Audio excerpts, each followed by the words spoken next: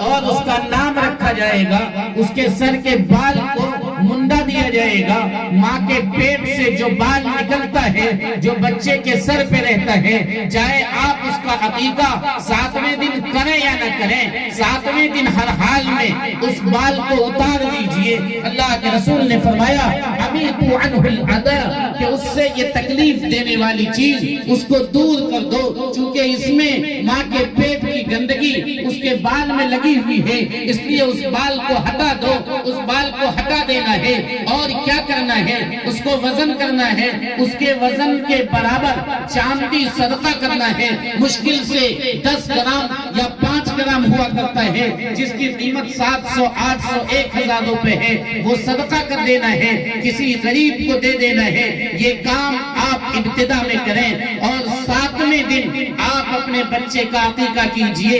اگر آپ کا بچہ آج سنیچر کو پیدا ہوا ہے تو اگلے جمعہ کو آپ کر لیجئے اس کا عقیقہ۔ اگر اتوار کو پیدا ہوا ہے سنیچر کو کیجئے، ایک دن پہلے اس کا عقیقہ ہو جائے گا، وہ 7واں دن ہے۔ اگر 7واں دن نہیں کر سکتے 14ویں دن کیجئے، 14ویں دن نہیں کر سکتے 21ویں دن کیجئے۔ اگر 21ویں دن بھی نہیں کیے تو یہ سمجھیے کہ بہتر طریقہ اب نہیں ہے، سب سے بہتر ہے 7واں، اس کے بعد 14واں، اس کے بعد 21واں۔ لیکن اگر یہ نہیں کر سکے تو جب چاہیں تب آپ کر سکتے ہیں، وہ کرنا جائز ہے۔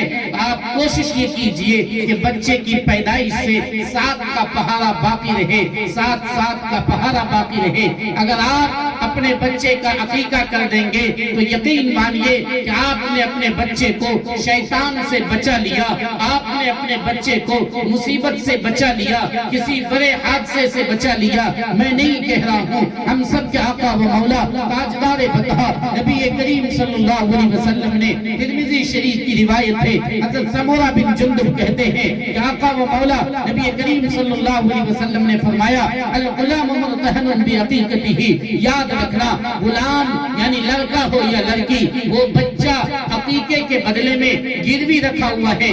آپ اس کو مثال سے سمجھیے کہ اگر مجھے ضرورت پڑتی ہے، حالانکہ ضرورت پہ بھائی سے پیسہ لے لینا چاہیے، لیکن ضرورت پڑنے پہ ہماری ماں اور بہنیں اپنا زیور دیتی ہیں، اور ہم کیا کرتے ہیں اسے سونار کے یہاں جا کے گروی رکھ دیتے ہیں۔ ہم نے ان کے یہاں جا کر رکھ دیا، ان سے 10,000 روپے لے لیا، اب وہ زیور کب واپس ملے گا؟ جب 10,000 دیں گے تب وہ زیور ہم کو واپس ملے گا، 10,000 نہیں دیں گے زیور واپس نہیں ملے گا۔ ٹھیک اسی طرح آپ کا بچہ شیطان کے پاس، مصیبت کے پاس، حادثات کے پاس وہ گروی رکھا ہوا ہے، آپ عقیقہ دیں گے تو شیطان کے چنگل سے بچ جائے گا، حادثے کے چنگل سے بچ جائے گا۔ جتنی مصیبتیں، جتنی بیماریاں بچوں پہ بچپنے میں آتی ہے، بڑے ہونے کے بعد کم آتی ہے۔ اس لیے آقا نے صاف ارشاد فرمایا چونکہ ہر بچہ جب پیدا ہوتا ہے وہاں شیطان پہنچ جاتا ہے اور شیطان اسے چوکے لگاتا ہے، جس کی بنا پر وہ روتا بھی ہے۔ یہ صاف حدیث میں وضاحت کے ساتھ اللہ کے رسول نے بیان فرمایا ہے، شیطان اسی وقت میں پہنچ جاتا ہے۔ اس لیے اللہ کے رسول نے فرمایا 7ویں دن تم عقیقہ کر دو تاکہ شیطان کے مصیبت سے وہ بچ جائے، بڑی بیماری سے بھی بچ جائے گا، بڑے حادثات سے بھی بچ جائے گا۔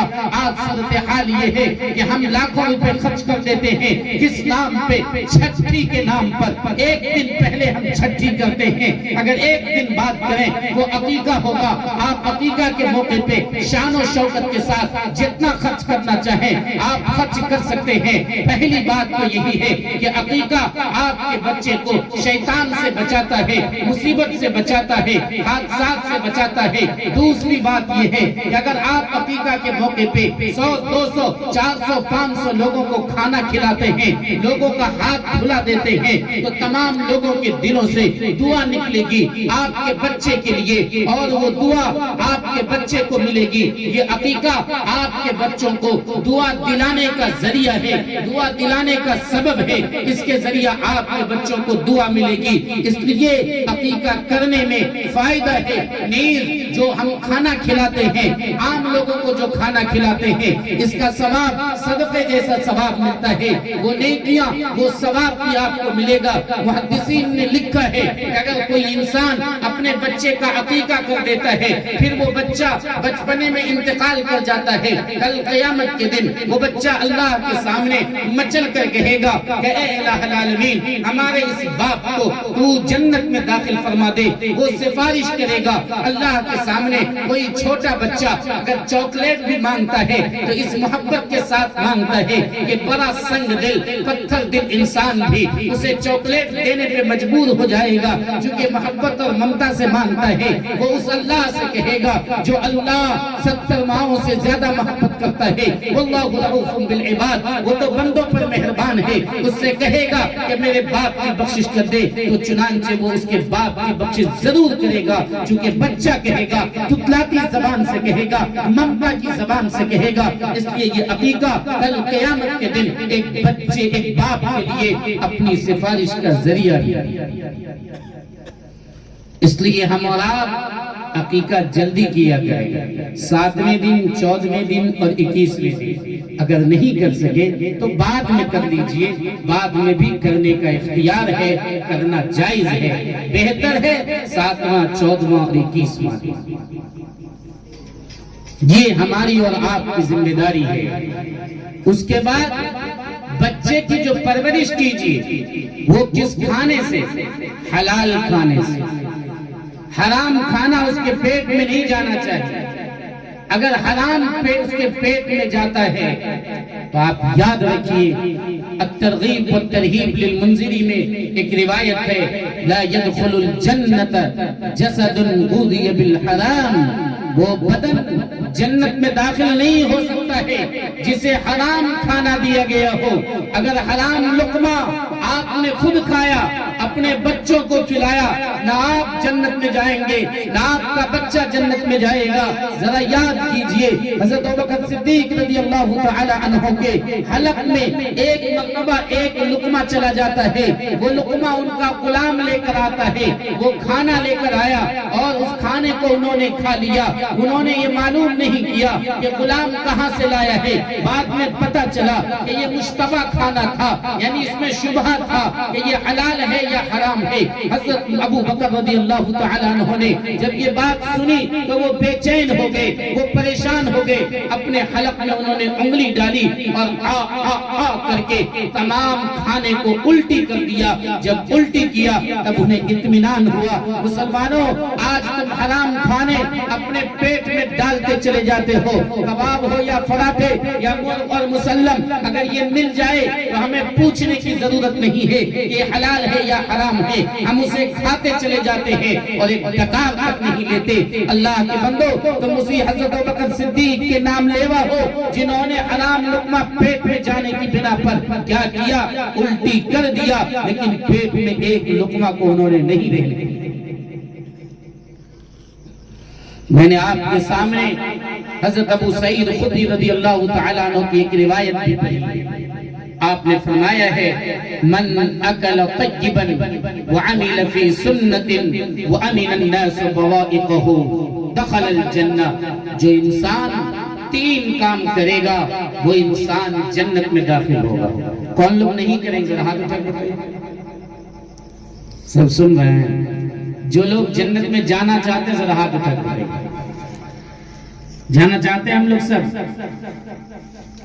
یہ چچا لگتا نہیں جانا چاہتے، ہاتھ اٹھائیے چچا، کوئی بات نہیں، سیدھا جا رہا ہے۔ ہاں انشاءاللہ، ابھی غلط نہیں ہے، ایک دم بالکل صحیح۔ جو لوگ جنت میں جانا چاہتے ہیں، اللہ کے رسول صلی اللہ علیہ وسلم نے فرمایا انہیں 3 کام کرنا۔ انہیں کتنا کام کرنا ہے؟ کم سے کم 3 کام کرنا ہے۔ نمبر 1، من اکل طیبا، یہی حلال کھانا کھانا ہے، حرام نہیں کھانا ہے، سود کا نہیں کھانا ہے، جوئے کا نہیں کھانا ہے، اور کسی بھائی کا ہڑپا ہوا مال نہیں کھانا ہے، چوری کا نہیں کھانا ہے، ڈکیتی کا نہیں کھانا ہے، بے ایمانی کا نہیں کھانا ہے، رشوت کا نہیں کھانا ہے، کسی غریب کو ستا کر جو پیسہ لیا گیا ہے اسے نہیں کھانا ہے، کسی کو ٹھگ کر جو پیسہ لیا گیا ہے اسے نہیں کھانا ہے. اپنی محنت سے جو پیسے آپ نے کمایا ہے اسی پیسے سے کھانا ہے.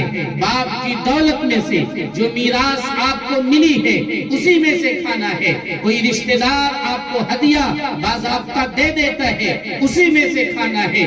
وہ جو حلال کھانا ہے اس میں سے اگر آپ کھائیں گے, کھانے سے خون بنتا ہے, وہی خون بدن میں چلتا ہے. جب خون بدن میں چلتا ہے تو اسی سے طاقت آتی ہے, اسی سے منی کا نطفہ بنتا ہے, اسی سے بچہ پیدا ہوتا ہے. اگر آپ حرام لقمہ کھائیں گے تو آپ کا بچہ وہ ٹھیک نہیں ہو سکتا ہے. لوگ یہ چاہتے ہیں کہ ہم اپنے بچوں کو ٹھیک رکھیں, بچوں کو کامیاب بنا دیں.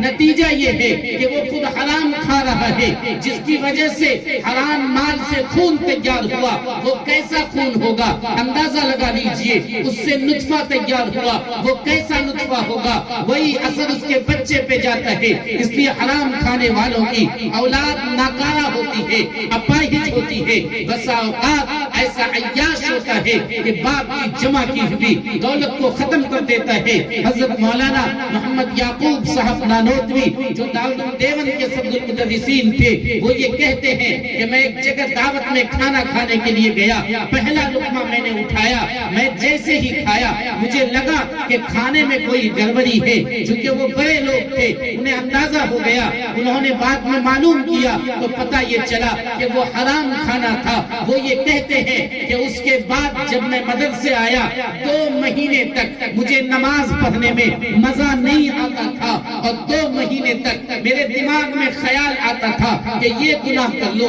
وہ گناہ کر لو, وہ گناہ کر لو.